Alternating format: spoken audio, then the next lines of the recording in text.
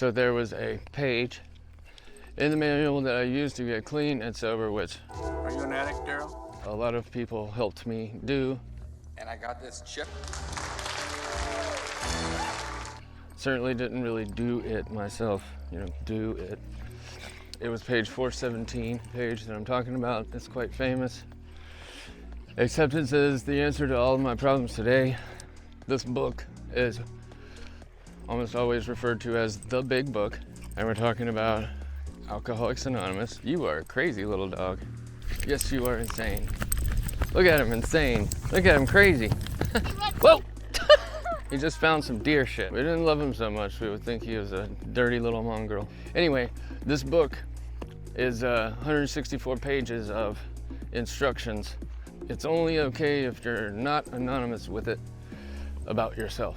So like, I would never talk about somebody else that was in it that I knew without their permission. Generally, try not to really throw the AA name around. It's got a lot of credibility, and that's because of the 12 traditions which have kept it, anonymous and nonprofit and all about helping people. And all it really is one addict or alcoholic helping another achieve sobriety, and that's it.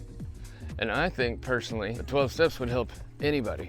It's a spiritual program of action in a world where almost everything is difficult or frustrating. The world gone crazy! It's pretty nice to have a spiritual program of action, which literally tells you exactly what to do in many, many situations. It's pretty amazing. And then for the stuff that the book and the meetings don't solve, you've got a sponsor and a network outside of the meetings of people that you meet. When you go to a meeting, you find out, people walk up to you and they're like, hey man, you need some numbers, you need a sponsor? And they're always extremely nice because they're just like you. They had really bad problems. I'm talking about, an inability to stop using alcohol or drugs. I could go into a specific thing about opiates and medication-assisted treatment, which is the necessary component that allowed me to get off the things that I was doing. I've had some confinement in my story.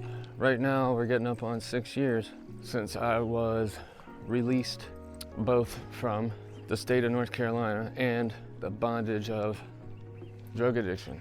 And I had lost literally everything: freedom, possessions, money, wife, son, lost 2 pets while I was away. It's pretty, it's real shit, as most people know these days. It used to be such a stigma with addiction and drugs, and especially if you were a felon, for example. There was such a stigma that it was hard to fit into society for people that already found it hard to fit into society.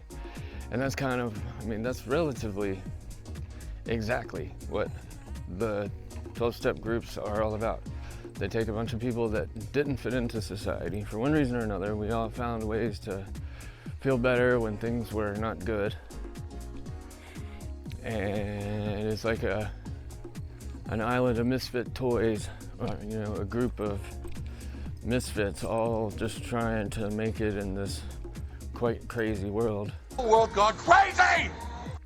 And it's hard enough without drugs and withdrawal from Detox. I'll examine you soon. drugs and need to get more drugs and the money you spend on drugs and the people you hurt. You want me out of here? I'm out of here! Doing all that stuff and the time you waste and, the life that you just forego because, you're a slave. And it's, especially when you look back at it, anybody who's had any problems with this stuff and then managed to get free of it is gonna 100% know what I'm talking about. And a thing that we like to say is that I paid for my seat with a lot of, pain and wasted time and all that stuff I just mentioned. So I guess my point of this, and I'm not going to continue to ramble on, you can be an addict and not be using drugs yet, or be clean from it and still be crazy because of it, or obsessive about other things, or, I mean, the list goes on forever.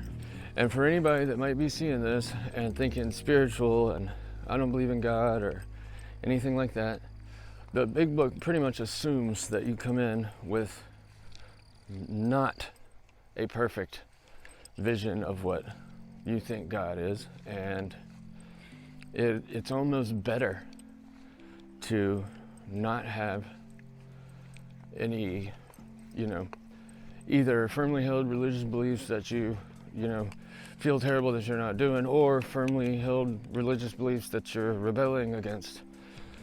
They're both, difficult to deal with.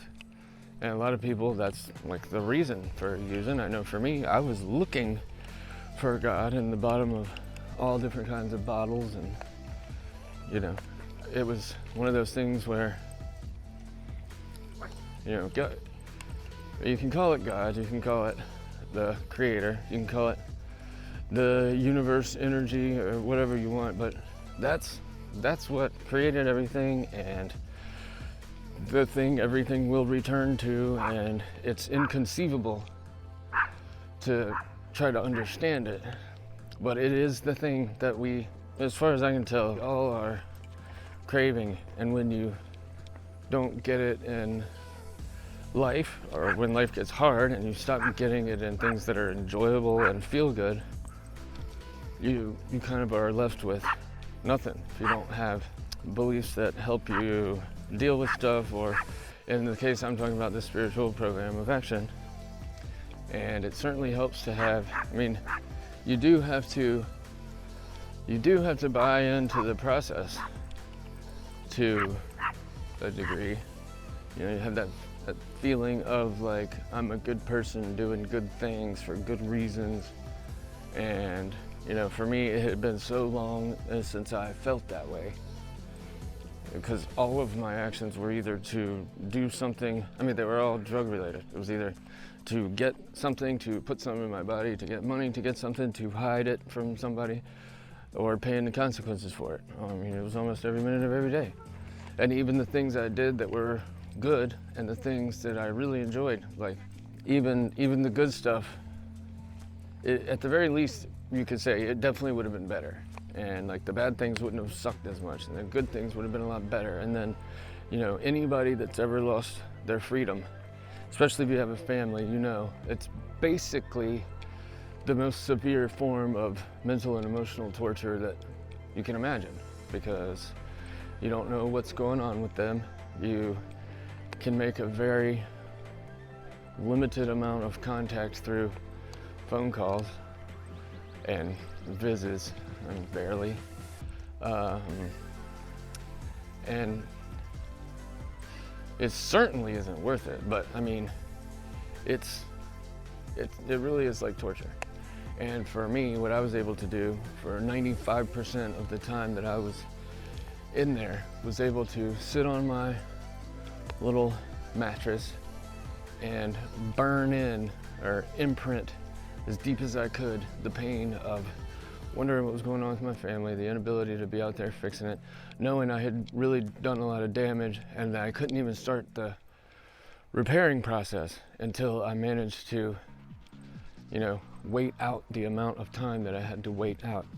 So it was many, many days, and mine was short relative to a lot of people's. I had 2.5 years of probation, which I thought was going to be hell on earth, but it's basically what allowed me to cement in my newfound living patterns and, way of thinking and doing things. And then I got out and got to start to rebuild. And this was almost 6 years ago, and we've rebuilt on me, man. My wife was gone, my son was gone, and they've both been back for a number of years now, but it took a good amount of time. And I guess if anybody's watching this that's still going through it, depending on what you're on, medically deal with stuff so that you don't so something bad doesn't happen. Like if you're on benzos, don't just stop. At least go online and research. I tried to do that a couple of times and almost died. It actually has the highest mortality rate for withdrawal than anything else. That's Xanax and all the stuff like it, Valium, and I can't even remember all of them now. I used to be able to recite the list of every single family and every addictive drug that was in each one, but it's been so long that there's actually several that I don't think I can even remember. But you can only start moving forward when you stop moving backwards, and you can only start digging out of a hole when you stop making it deeper. And if you go 70 miles into the woods, you gotta go 70 miles out of the woods. So, all that shit's true. You can only repair damage when you stop doing damage. And for real, at least. And you can only start to heal when you stop hurting yourself. Leave a comment. I understand this stuff a lot. I will be happy to be, a voice of reason and recovery and things. But, it would be to go to a meeting and get some phone numbers and find somebody like you that you can start calling and make a couple friends. And really, that's where it all starts. And you'll be amazed at the end of 30 days how much your life has turned around. And I say this because it's happened to me like 5 times. And I wish it had only been once. I wish I had not gone back out and started the whole process over so many times, because it is painful. The people you hurt, it sucks. And there's nothing that I can say to communicate the feeling of sitting somewhere where you can't leave, knowing that your wife and son both are out there trying to survive without you in a world you just left them in. And there are no words. Anybody that's ever gone through it knows.